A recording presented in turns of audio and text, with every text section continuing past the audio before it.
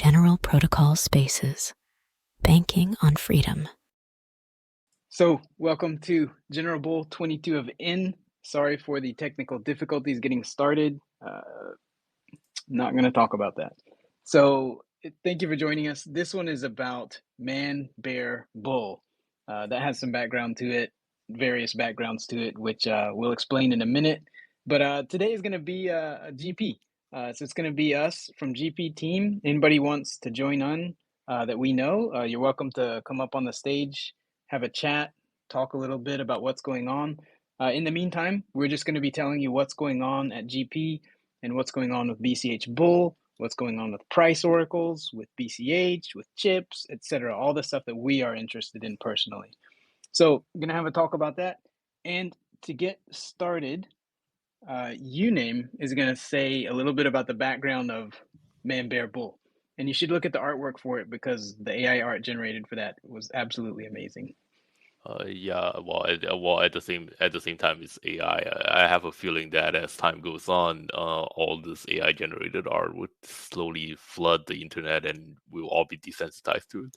But Oh anyway, yeah, I mean I'm um, already desensitized to it, but it's still amazing. Like even if AI or human, whoever made it, it's fantastic. I just said like mix uh, a man, a bear, and a bull in a suit. It came up with a man, a bear, and a bull mixed up in a suit. I was like, that's it right there. um, anyway, so a lot of people because BCH Bull has been sort of hiding this from the UI, so a lot of people might not realize this. Which is that every time you take a speculation contract, a long contract, or a hedge contract, aka a stabilization contract, someone is on the other side taking the other side of the contract, and that someone on the other side right now is the monolithic LP, but the contract is symmetrical. So it is. I mean, it is sort of similar to the situation in a given normal market, which is that, well, if you are selling, somebody has to be buying, or if you're buying, somebody has to be selling. So in general, it makes this is why I get so annoyed by people say, "Oh, yeah, there are simply a lot of buyers." Yeah, you can refine that a bit. There are a lot of buying takers, but for every taker, there's a seller on the other side, and so these contracts are I this. want to clarify in a fully collateralized system like any hedges in uh, what might be called bucket shops of the way some exchanges run things, there's not always necessarily a person on the other side of that trade, right? Yes, yes, but for in the case of any hedge slash BCH pool, all the contracts Yes, are yes. all the contracts are fully collateralized well to its terms, and so you if you are longing, there's someone hedging on the other side. So one might naturally ask the question, okay, shouldn't the opposite of long be a short? What's up with the long versus hedge thing? Well, aside from the fact that it's called any hedge, hence we must have a hedge, we can also view it this way, that a hedge is simply a do you, Yeah. Go ahead, go ahead. uh, that a hedge is simply a 1x short. And so it's simply a very limited kind of short that we put on the other side. And so this is something that is going to change soon. There will be more freedom to do more things. And yeah, Murder Reasons would explain a bit more about this. Yeah, well, no, first I'm going to explain Man Bear Bull. So, this amazing artwork, we're going to go back to Man Bear Bull. So, if you look at the picture, it's a man that represents us. and it's a bear, and it's a bull all in one. And that's what BCH Bull is. So the short version, the more simple version of what Uname was just saying is that, BCH Bull is a platform where you can take these positions, and maybe it tends to be, as it is, people take long positions on BCH just by the nature of the current user base. But for every position that gets taken, like he said, there's someone on the other side. So these two don't exist without each other, right? This is different from like I said, from the way some exchanges work. There's always money on the other side of these contracts. They're fully collateralized. So yeah, that's the bear bull part. So they're both together. They're collaboration, right? Like one doesn't work without the other. The bull needs a bear, and the bear needs a bull to work. And what he's talking about with more options is, that's the part I'll explain a little bit. So the current way it is, you can take a long position on BCH. You think the price of BCH is going to go up with respect to something else, gold or USD or Ethereum or whatever it is. And the other side takes the other side, right? The short side of it. But right now, the way it is the short side is limited to what you would call a 1x leverage, which is equivalent to just buying that asset and holding it. So it's equivalent to buying gold and holding it, or it's equivalent to buying USD and holding USD, except of course you're on BCH and it's a permissionless network. And these are trustless contracts or non-custodial contracts using an oracle. But what we're going to add is leveraged shorts. So once we add that, then you'll be able to do more than just hold USD. You would be able to bet, no, I think USD is going to go up relative to BCH, or gold is going to go up relative to BCH. And you can put leverage on that, like a very small amount up to not a large amount, but a medium amount that you can put on the platform. So the benefit there, you want to explain the benefits of that before I hash it? Well, I mean the benefit, of course, is pretty obvious for anyone who has leverage long on BH Bull or on any other platform, because so far the way you quote unquote 1x short, aka hedge, is that you gotta have all the entirety of the desired amount, and you just stay in place in terms of the price of your target asset. And with leverage shorts, you can put in less. You can put in a lot less. You can put in a lot less depending on your leverage, of course, at the risk of being liquidated, just like the leverage longs when price of BCH goes down. If you are a leverage short, you risk being liquidated when the price goes up. But you get to use less to hold an equivalent position. And aside from making bets and making bigger and bigger bets with the same amount of money, you can also use it to do a bunch of other creative things. Like if you are willing to accept the risk of liquidation, you could do some calculation. That should also come at some point in the UI.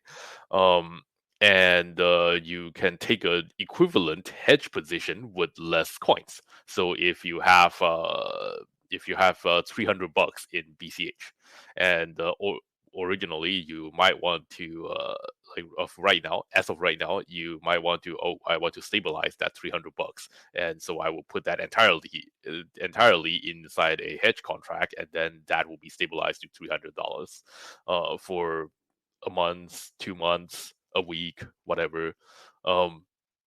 With leverage shorts, you can choose to not put $300 in it. You can choose to put $100 in it, and use leverage short to achieve a similar position that stabilizes $300.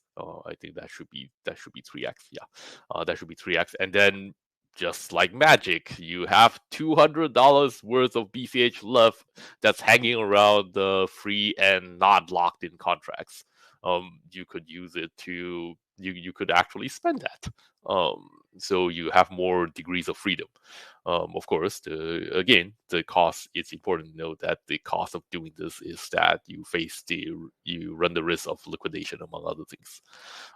So yeah, there are other more creative things that one can do. People have started speculating about composite contracts in which you grab bits and pieces of different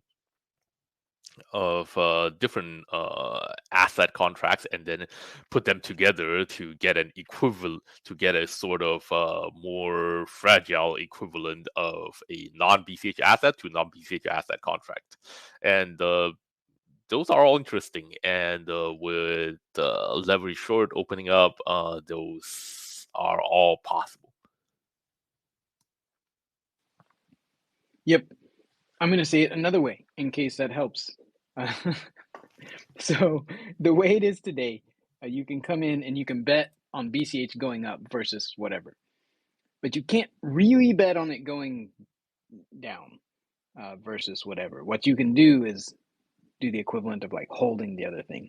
But with this, once we add leverage shorts, it'll be symmetrical. You can bet with leverage on the price going up or on the price going down, both ways. So it'll be symmetrical. And this is really important for people who want to do either way. This means that there's going to be much more balanced demand. Anybody who is using it currently knows that it's quite imbalanced. And if you want to go long on BCH, it's very hard because the premiums are very high because there's not the same amount and the type of demand on the other side of the contract. So for users, in users' terms, this will just reduce the premiums, right? It's going to make the premiums more palatable and more acceptable because there's going to be more demand, a different type of demand on the other side. That's the good thing for users. And then, as Uname said, not only that, but with this, now you can either bet, you can speculate as, like long, short, that kind of idea, or you can do the hedging idea, right? Where you're just putting your money into savings, but you can do it in a smarter, you might say smarter, like add a little bit of risk in order to do it in a way that ties up less money. So you can say, instead of putting $100 into my savings, you only have to put $80 in order to get $100 worth of savings. But when you do that, then there's a risk, right? Then you open up yourself to the risk that if the price has an absolutely massive drop, like really massive, like in the case of $100 to $80, you would you would lose that money that you've put into it. So this is only for people who are willing to take that kind of risk. If you don't want to take that kind of risk, you just put it in the normal hedge contract, and there's no risk. At the end of the contract, you get back exactly what you put into it, no matter what. Yep. And this is coming. This is what we're working on right now. We've been working on it for quite a while. With these smart contracts, you might be surprised how much goes into the infrastructure behind them. And, the change to the contract is literally one line. There's just one extra parameter in the contract, and there's like, it's not even one more line. It's like a change of the calculation in one line. That's it. And in order to update that, you have to update all the infrastructure, like all kinds of infrastructure, and you have to do it very carefully, make sure it's all very well tested.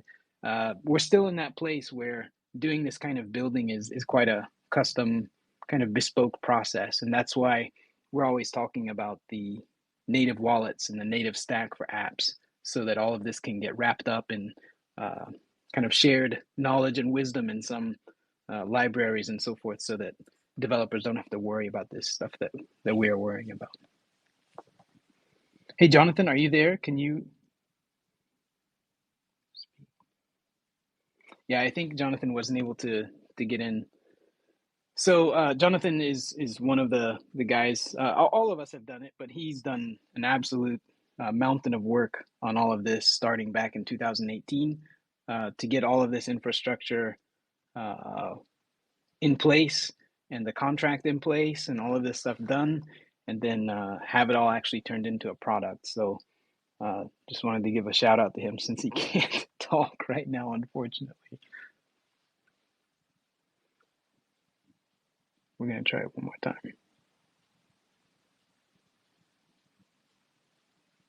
Yeah, no, audio isn't working for Jonathan. So yeah, we're just going to leave it at that with a shout out to Jonathan for all the work he's done on these.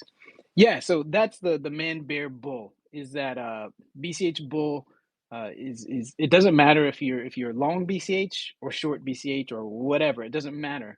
BCH is in BCH Bull, it's a unit of account. It's like whatever you're doing, if you're buying or selling or whatever you're doing, BCH is the underlying thing that you're using. So if you're shorting, you're always betting on the price of something else going up is the way to think of it. So that's it. We're going to be working on that. That's the thing that we're spending a lot of time on, besides other stuff like working on little improvements to help users out and make things easier for everybody. Jonathan had prepared some stats.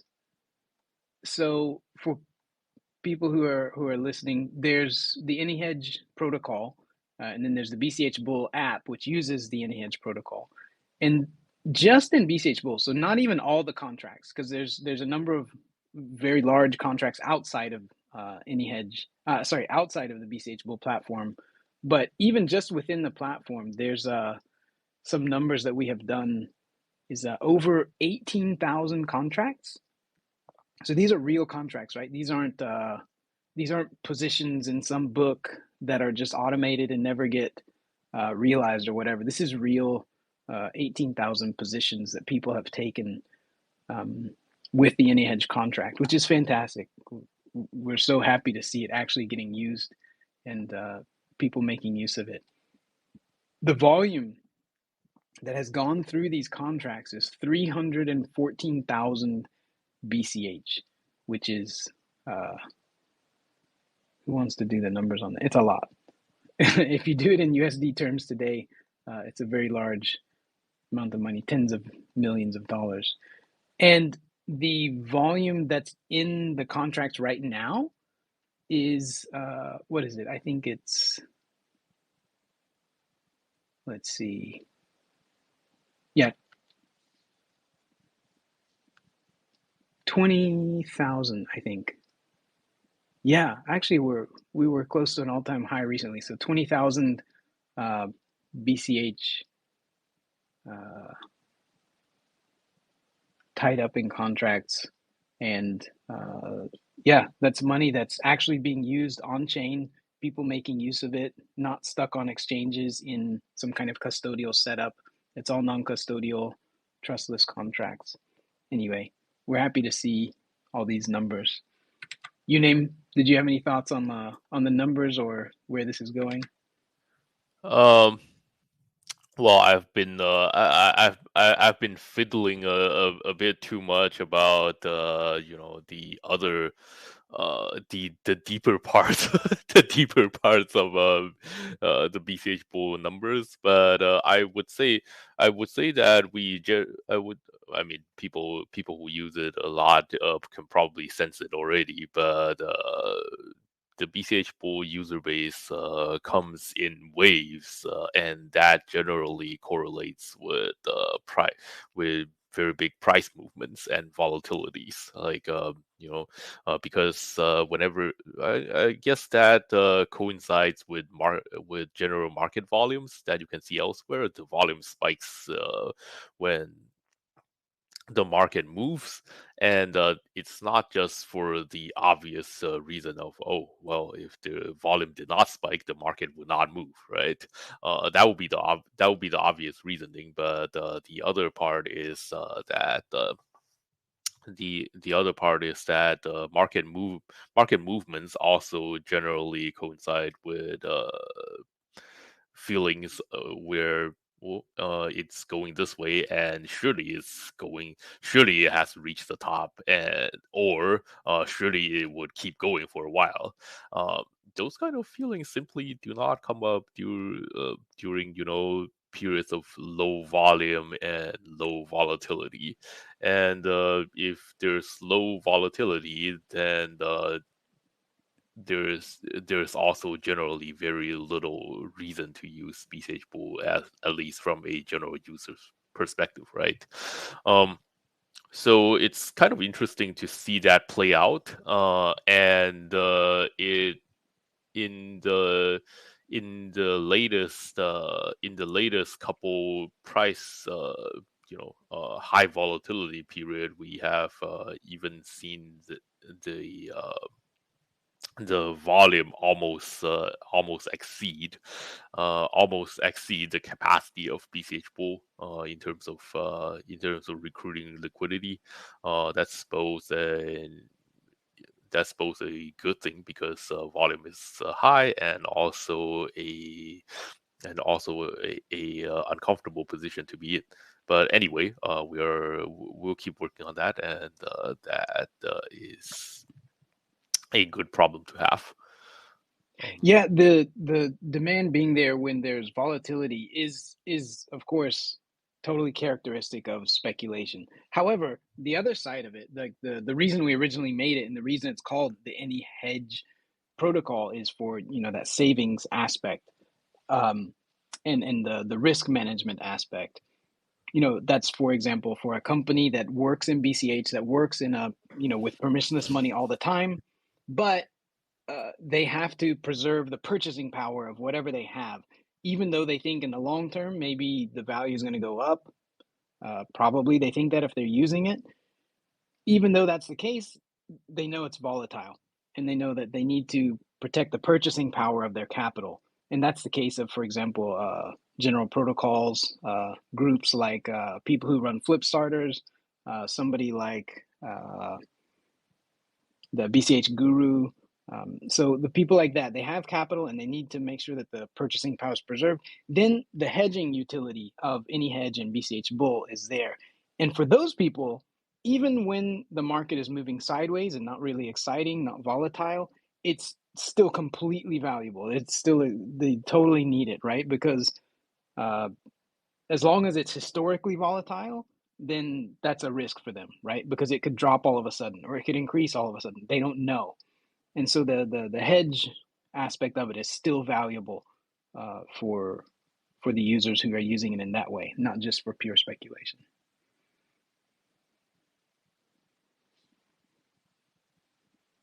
But everything else, yes, totally agree with what you said. It'll be interesting to see how it goes. Now, in the background, we were going to talk about some stats with Jonathan. He had collected a bunch of stats, and this really sucks that he couldn't come on here. But for example, with the oracles, we have we have some extra oracles. But let's say on BCH Bull we have about 8 oracles, and for those oracles, each one is producing a price message every minute. And that's what the AnyHedge contract needs. It needs these signed price messages so that it can use them to create contracts and then to redeem contracts when it's time for them to redeem or to liquidate. So those prices are being produced 1 per minute per oracle. And this has been running since November 2022. I think that's the right date. Oh no, from June. Yeah. The earliest one was the beta oracle from June of 2022. This one has almost 1,000,000 messages that it has produced, and we have 8 of these that were produced for the beta system, and then we have another 8, more than 8 now, because we've made some for BCH Guru also for them to use. So there's 8 of those, and then there's about 10 or 11 that we have now, and each of those is producing these messages 1 per minute every day, all day. So we have millions of Oracle messages out there, and it's worked well, right? So we have these contracts. We haven't had a single contract fail. We haven't had money get locked up in any of these contracts, the oracles keep working, and every once in a while they have issues. Google Cloud goes down, or who knows what, something happens on one of the systems, but they come back up and it recovers. Yeah, I I think we're pretty proud of that. I wish Jonathan were on here because he's worked so hard on this. Of course, we've all worked hard on it, but he's the one who came up with the specification and the design for the oracles and how it all works, and the underlying details of how they're all set up. And we all worked hard to make sure that they're reliable. So I don't know. I'm happy to see those millions of oracle messages.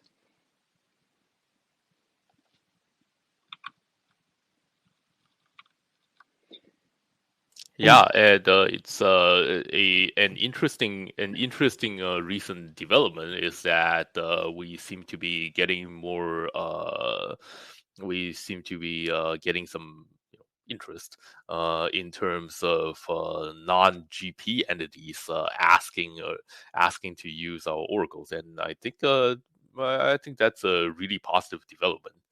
We would also like more people to run oracles and use our oracles and have all this and have more cross pollination going on, so that the entire ecosystem is not reliant both not reliant on a couple single one or two single points of failure, but on the other hand, also making use of things that have been hardened over time. Um, those two goals do not conflict, and well, I'm just generally happy to see the BCH ecosystem just growing up little by little as a whole, I guess. Yeah, and on that point of people using the oracles, if you look at the oracle specification, right, there's a little piece of data in there that says this oracle started on this date, and any messages before this date were like test. You shouldn't really trust those. So here's the date that we started, and the oracle, the publisher of the oracle, stands behind those messages that it's signing, and it also has an end date, or a current end date, or an expectation date. And so it says, for this oracle, 2024, this month, this day, this hour is the last message that you should depend on existing. You should not make contracts that depend on this oracle existing after that. And this is something that a lot of things don't include and don't take into account. If you're depending on a deterministic thing that has to exist for your contract to redeem, you better make sure that it is running, and then it's going to be running. And so running an oracle it's a big responsibility. And so, yeah, they have this date that says beyond this date, you should not expect this oracle to be producing anything. And what we have been doing is slowly extending that date. So we start here and we say, middle of 2024, and then we say, okay, it's still working well. Things are going okay. The system works. There's no problems with it. We're going to extend that, 3 months, or we're going to extend that 6 months. And that's how we've been approaching it. But we've also been looking at, there must be better ways to do oracles, because depending on somebody to sign a price message is not a good place to be in. We do not want to be using price oracles. We just use them because it's necessary. So you want to reduce the risk of those as much as possible. So we've been thinking about that also. Like, how can you do that where it's you have less of a central point of single point of failure regarding these. And so Jonathan has come up with an on-chain oracle design that is going to sort out some of these issues. And this uses cash tokens. So you would take cash tokens, you mash it together with the idea of price oracles and the idea of consuming price oracles. And then you have a situation where, for example, instead of publishing these signed messages all the time, on the internet, on a WebSocket, whatever, some kind of subscription. Instead of doing it that way, you're actually publishing the messages on chain, and you don't need the subscription because you have a cash token there that is the validation of that price. And so if you want to use the price, you have to consume the token in your contract, that kind of thing. There's a lot of different designs. There's not only one way to do it. But anyway, we're looking at ways to extend this, the price oracle idea that we started and we have working on Bitcoin Cash in the smart contracts, and pushing it onto the chain so that there's less trust involved. And there's less trust, and you would be able to possibly switch out what oracles you trust, or to be able to mix 3 oracles together and aggregate those 3 oracles on chain without having to trust somebody else to aggregate them for you. So yeah, Jonathan has been working. So I really wish he could be on here to explain more about that. But he's been working very hard on coming up with a good specification for how to do this. And another aspect, but before I go on, did you have anything to add before I go on to the next part of it? Yeah, I can. I just this might have been brought up in a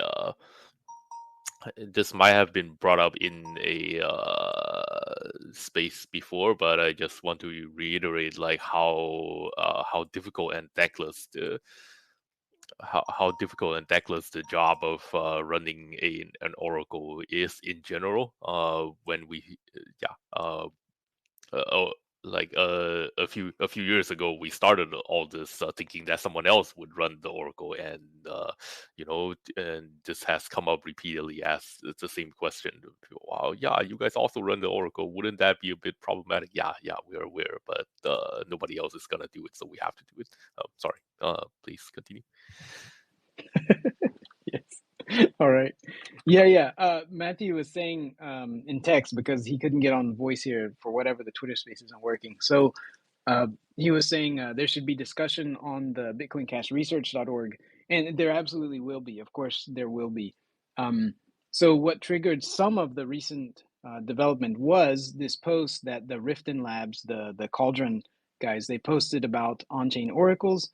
And that kind of triggered us. Yeah, okay, we actually have experience running oracles, making oracles, using them, thinking about what the issues are, what the risks are, the costs, the benefits, all of this, right? Like we've really dealt with that in depth because of the stuff that we're doing. And so that kind of triggered us to okay, we need to write something up ourselves and post our thoughts on how oracles can be done in a way that is safe, that is robust, that is secure. And the part that I was going to bring up next is that part of that is not technical, right? With anything involving money and trustless networks and permissionless networks, it's non-custodial due to the network, the way it works. But when you're depending on data from somebody else, now you're in a trust relationship. And that's a rough spot to be. And when you're in that relationship, you want to minimize as much as possible the room and the incentives for somebody to do something wrong. And you want to maximize your ability to resist, to be robust to somebody doing something wrong. And that's a part of what we're putting on there that's definitely not in that original proposal that's on there. The proposal that's on Bitcoin Cash Research is basically just a proposal to consume the messages that General Protocols is producing, is more or less what it is. But what Jonathan is coming up with is a way that you can publish these messages on chain and incentivize the Oracle producer, the one who's signing messages, incentivize them to keep doing that in an honest way. And also, it'll be all on chain, so anybody can look on chain and see, okay, they're doing, 10 billion, let's say dollars worth of volume. These oracles are handling $10 billion worth of volume. So they're quite incentivized to keep doing things and not fuck up on the order of $10 billion. So then okay, I can do contracts of this size reasonably safely and robustly. and maybe I'll use 2 of these oracles who have similar volumes to aggregate in my contract or something like that. So anyway, the point is the design of these things has to include incentives, because you're not looking at just trustless on-chain data. You're looking at data from an outside source. That's the nature of the oracles. So yes, the design that we're going to publish considers a wider angle of issues that need to be considered if you're going to have a really robust system. Have you had a chance to read that full spec yet? I'm still working through it, so I'm probably not the best person to make comments on it. Yeah. You know, it's all very fresh. Like, we're very busy, and this Jonathan has been working on it recently. So yeah, it's all coming. So we will publish it, Matthew, promise. And we'll have that out there for people to read and see what General Protocols thinks about it. And it'd also be our first time to really work with cash tokens, because all the stuff that we created was long before cash tokens was even on the table for consideration, right? Like, it wasn't even under consideration at the time we were developing the basis of any hedge. So we were working on the much tighter constraints of what was possible at the time. And yeah, so now things are wide open with cash tokens for what's possible to do with smart contracts. So we're gonna jump into that a little bit as well. Yeah, hopefully this is one of the many to come. Creative uses of cash tokens that goes outside of the box of the traditional box of yeah, we are gonna have some NFTs, we are gonna have some DEXs, and we're gonna have some fungible tokens. Not to say those are not important; those are super important. But cash tokens can do a lot more. Fun and weird things. Some of them could turn out important. That is outside of the traditional roles that's well defined in the EVM and others kind of world. So Yeah, I'm excited about it. So Jonathan and I, we have a long tradition of, whenever we're working on something new, we fight a lot. So we disagree and we argue and we fight all the time. And I kind of enjoy it. I hope he does too. I don't know if he does, but you name too. So all 3 of us kind of fight over it, because we're all very passionate about it, and we all have pretty strong opinions on various things. So we fight and we argue, and occasionally we yell at each other, and then at the end something pretty awesome comes out of it. So I'm pretty excited about this oracle. please do not do that. It will be the end of the company. Yeah. Yeah, right. Yeah, we have some very strong opinions on the potential impact of whatever we choose, and there's something to that, right? And that's along the lines of the chip process as well, along similar lines of thought, right? Like, there is impact to the things that you do. If we did any hedge in a different way, or we did it in a poor way, or we did the infrastructure poorly, or whatever, you could have all kinds of contracts failing all over the place, and then just destroying credibility of Bitcoin Cash and any edge protocol and smart contracts and so forth. So yeah, decisions are impactful, especially when it's still early days. So, but yeah, it all comes out well in the end. So I was gonna shift to other things that I'm gonna try to invite Matthew again, see if that'll work. Hey Jim, nice to see you. I'm gonna invite you to Turek. You're always welcome on the stage as well. So I'm gonna shift. I invited everybody to speak, so I'm gonna shift over to not BCH Bull stuff, or just stuff in general. So, for example, today I was on Twitter, and I've kind of signed a verbal pact with Cheap Lightning, because him and Jeremy and others, are saying, you guys, you really, no, seriously, stop talking about other chains, stop talking about the past, and just talk about the future. And I think that's a fair point. And it's even though it sounded reasonable, it was extremely hard to just let go. and just focus on BCH things and not focus at all on other chains that shall not I be mean, named I in the mean, I, past. I mean, it's kind of human nature, right? Because talking about other chains is the crypto equivalent of gossip, and Of gossip. gossip Yes. is easy and fun. So Especially when somebody else is totally making a hash out of things and fucking things up. It's really hard because it's funny and it's exactly, sad and it's yeah, funny yeah. and It's like reading the news and oh my god, that guy is totally screwed, man. Look at him. Yeah. right.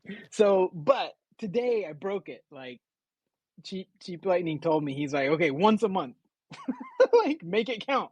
Once a month. I'm like, okay, I want to shut up. But today I broke it. I did my once a month day, and it was on the Moon Settler guy who he really wants to change BTC consensus to include smart contracts and let BTC open up and do other things. And he thinks that's going to allow BTC to scale on layer twos, whatever. But he's a smart guy and he's well intentioned and he has good ideas, some good ideas, some bad ideas, but all of us do. And so I just broke down. So he wrote something about, you know, it's really a struggle and whatever. And I was like, hey, you know, we already did that struggle. You don't have to do the same struggle because we can tell you where it's going to end.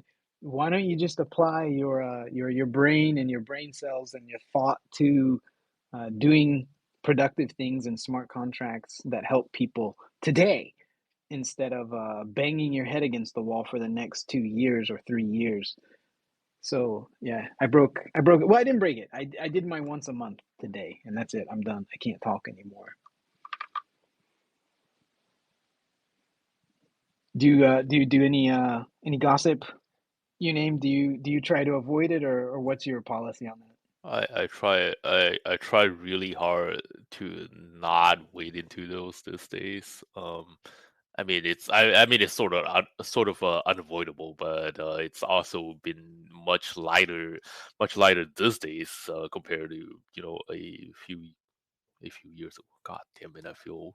Um, yeah. But people who have been around for a while, which is all the people who are in this space right now, uh, would probably remember back then we have a channel called CoinSpice, which is entirely freaking dedicated to gossip and trash talking other chains.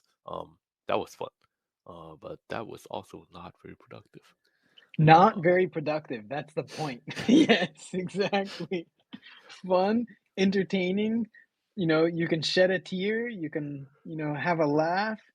But at the end of the day, it's like, all For right, weeks, I should do something. months, we did nothing but talk shit about other Right, chains. right. Yeah, we produced a lot of salt in that period. But yeah, yeah. Time to move on to productive things. Matthew was on the speaker here for a minute, but then it dropped off. Are you there, Matthew? Yeah, no hope. This is hopeless. All right. Yeah. Okay. So gossip, trying to do less of that, and to some degree, just let go, whatever. And it's hard for some people to understand. I think within BCH ecosystem, it's easier, but outside of BCH ecosystem, it's really hard for people to understand why we just move on and say, you know what, BTC can do whatever it wants to do. We're moving on because even though it has the network effect, we know that that's all it has, and it doesn't have a foundation to stand on. So just keep building because we got to reach success at some point. So now that we have the entire toolbox of introspection and cash tokens and perhaps some minor other things that are coming in the next year or so, um, one interesting thing that popped up. This was in this was the other day in the price channel actually, is that we are slowly but surely going independent and doing unique things, and I think that is that is really important. That is really important and not something to be overlooked because people were asking, okay, so BCH has the unique-ish problem of having gone through so many disasters, but that's behind us now. And what's our situation right now? And to a lot of the public, we are still, the guys, just like we've been for the past few years. Like even without disaster, we were still looked at as that's at in the best case, according to their own advertisement, that's where BTC's overflow goes to, and they compete with Litecoin on that purpose, and that's not a good place to be. And the reason I say that's not a good place to be is if you look around, this is not a unique position to be in. Like most notably, Litecoin is in a similar position, and we engage in arguments endlessly about how we are superior to Litecoin because we can expand, and they presumably can't, and they just follow everything. But either way, being the overflow is not a very of something else. It's not a really comfortable place to be in. Like the best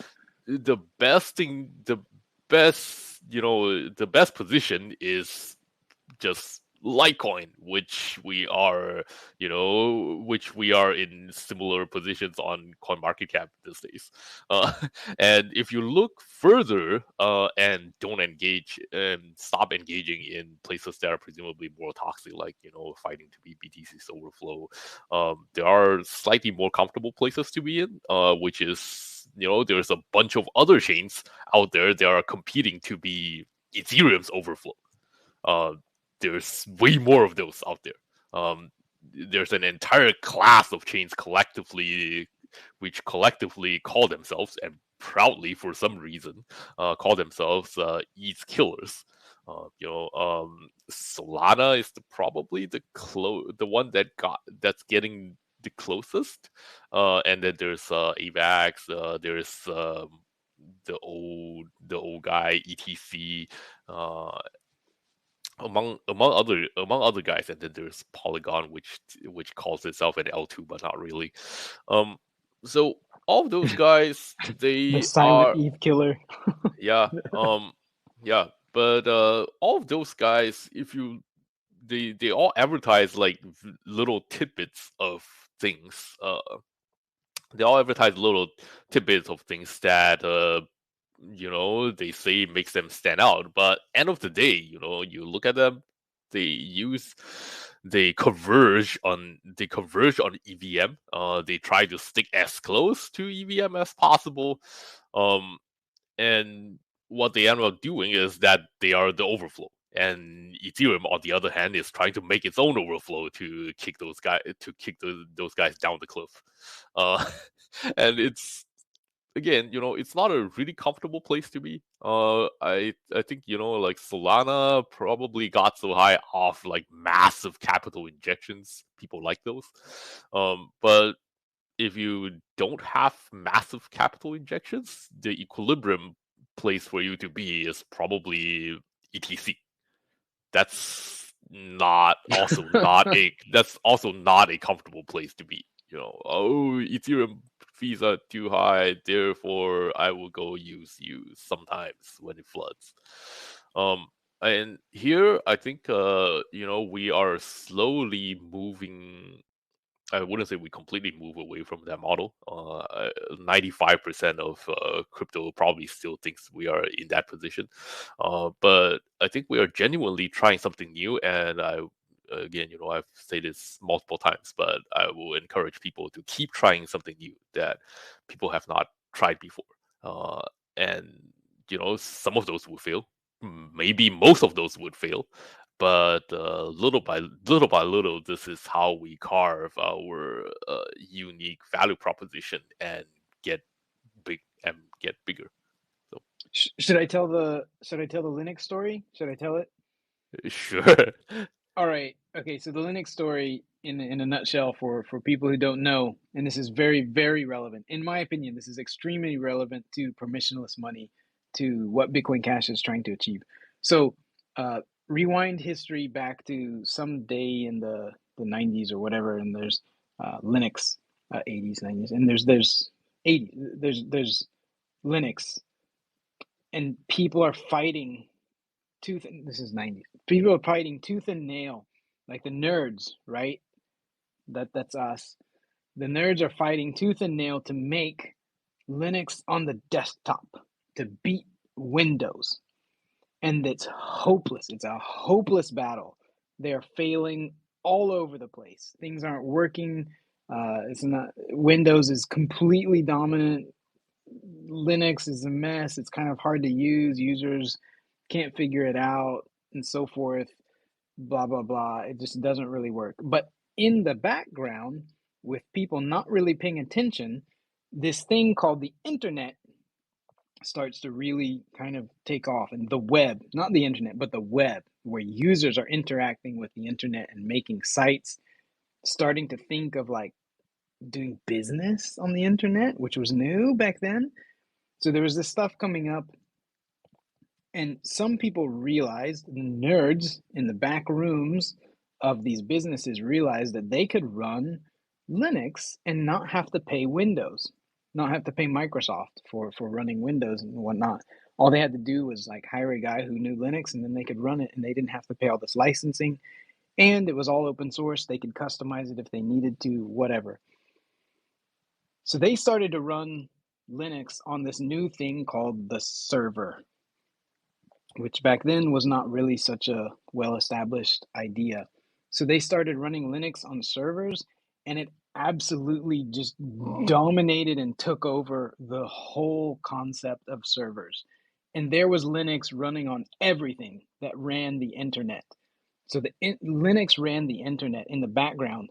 Nobody knew what the hell it was or what was going on, but it ran the internet. That was its killer use case back in the day. That's how it started. And then that did an end run. Eventually, as you may know, it did an end run all the way back around to where it ended up being the basis for Android. And so now it's the basis for, the most common operating system in the world. Everybody's running Linux now. They just don't know that it's Linux. It's built in as Android, and they run Android, and that's the most common OS on Earth, probably. I think for sure it's the most common OS on Earth is Linux. And they don't know it. People don't know it.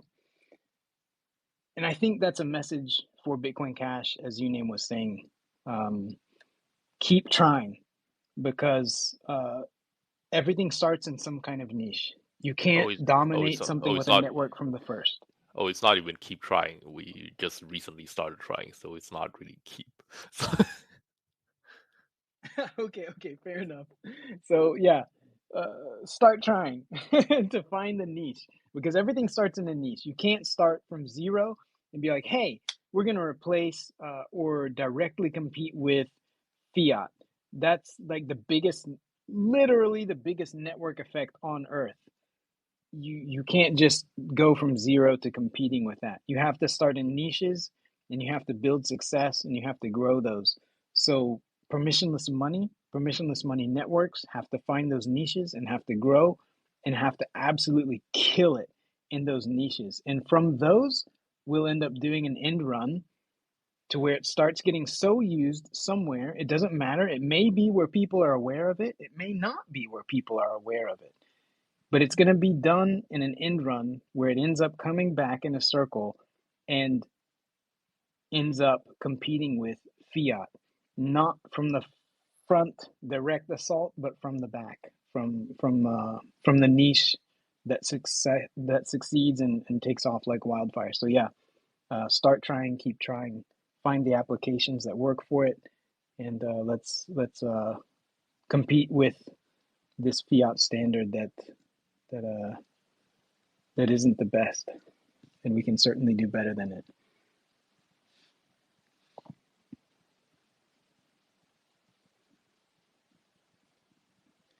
All right, that's enough speeches. You name what bullshit have you been up to?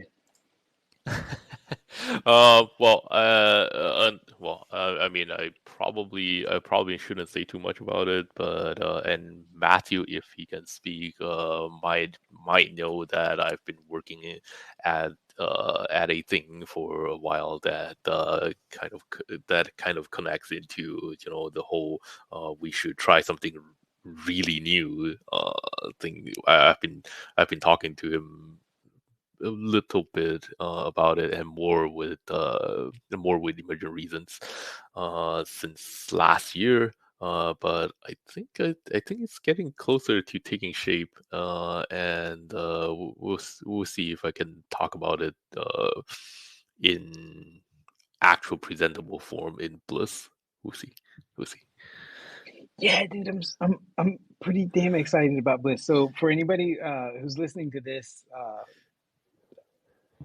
the BCH Bliss conference is coming up in May. So this is time to coincide with the BCH upgrade, which is just fun for us. It's not super important, but it's fun for us to be coinciding with that because that's very exciting for us. Every year we do the BCH upgrade, the whole network consensus upgrade in May of each year, once a year. And for the last few years, each year we've had some very significant upgrades to Bitcoin Cash that have been worked on for years. Like each one of them has already been worked on for years, not one a year at a time. Each upgrade that happens has already been worked on for several years and has been beat to death until it's safe and robust and proven that the benefits are going to outweigh the costs of doing the upgrade. So this year it's this conference, we're doing a conference to coincide with it in Slovenia. It's called BCH Bliss. And I'm really excited about it because the last time I experienced something like this was in 2019 in Townsville in Australia. And that was a conference by BCH people for BCH people, for permissionless money, people who really got it, who have been into it, who know it's important and are working on it and building and doing things and taking action. It was a whole gang of people like that. And that was amazing. That was a really amazing conference. And I'm looking forward to it because this one is shaping up to be the same kind of thing. It's a bunch of people who are building, working, who know what's going on. And I can't wait to see everybody there. So I'm actually preparing a presentation for it. I'm going to do one of the technical, not the overall type things. I'm going to do one technical one on the safety of smart contracts. So yeah, I'm really looking forward to that conference.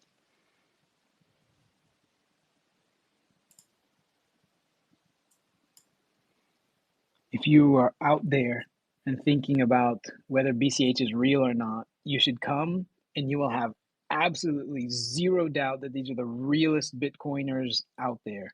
The people who come to this kind of conference are the ones that are making history. And I can't wait to hang out with all of you guys.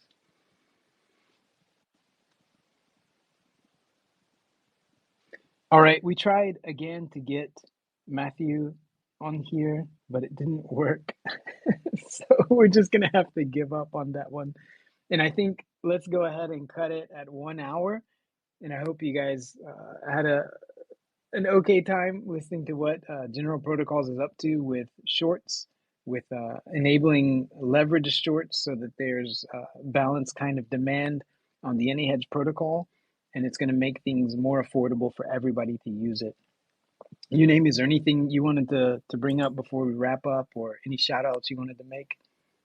Yeah. At the one last thing, it's kind of unrelated, but Riften Labs slash Quadron slash whatever new name they're giving, um they are making a stable coin, and we are very happy to see them do that.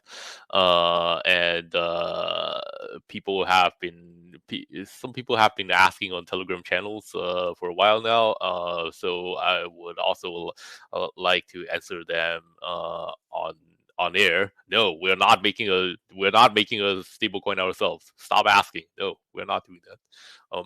Anyway, Yeah, thank you. we have no interest in making a stable coin.